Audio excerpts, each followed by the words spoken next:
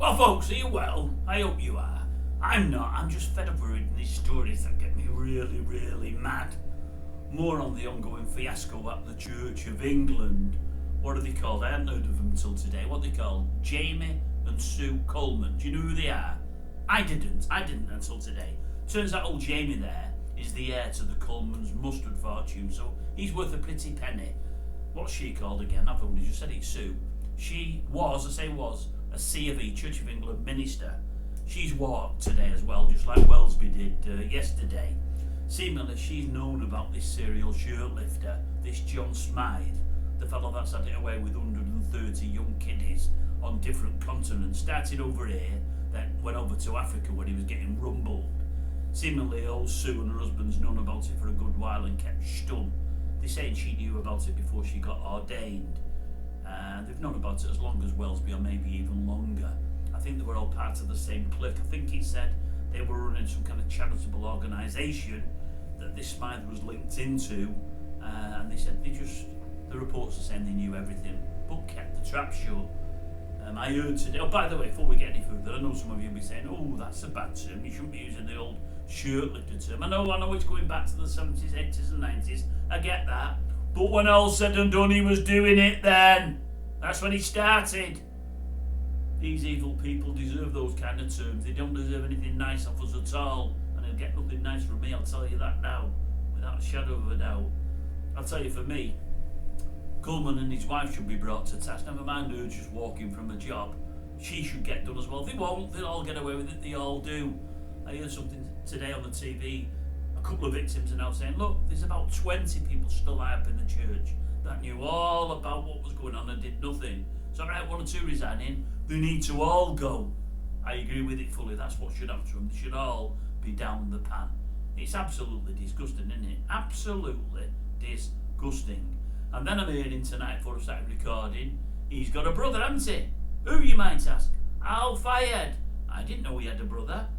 Seemingly almost, well, no, never mind almost, every bit as bad, although he went from it in a different angle. I'll tell you in a minute. Yes, 3 women have come forward today saying old Al-Fayed's brother also sexually abused and raped them. Well, at least one saying she was raped.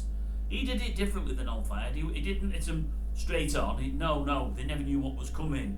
He wined and dined him. He was a nicer fella outside looking in. And then what he'd do is he'd drug him. He'd drug him. Have the old jeans down, have his way with them, whip the jeans back up. Unfortunately for himself, he wasn't clever enough to clean up after himself, and he left the top button undone on one of the young lady's jeans. That was a big giveaway. Plus she ended up in a different room than she started off in. Unbelievable. So he was also thick as well as a pervert. It's just sickening, really, isn't it? It's just, for me, it's every bit as sick. I know he was doing them from a different angle. Well, he would have to, wouldn't he? These were women and not fellas, and I know they weren't all underage like the boys were that Smyth was doing. But one's absolutely as sick as the other. It's just really sick. The difference being is with the Al-Fayeds, they had all the money to get them out of whatever they needed. With the church, again, they had money, but they had protection from high up, and no one would have believed anything was going on there when people like Wellesby were supposed to be looking after people. Just all bent, all absolutely bent. It's disgusting, isn't it? These stories, honestly, we're hearing them daily, and they're getting to me more and more each day. They really are. When is it all going to end? As I say, this Smyth died, got away with it. 130 young boys got away with it.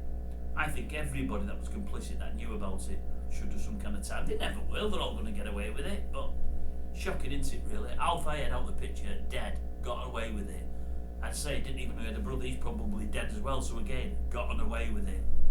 Shocking, isn't it? You know, they go on and on and on in the press and wherever else about Savile.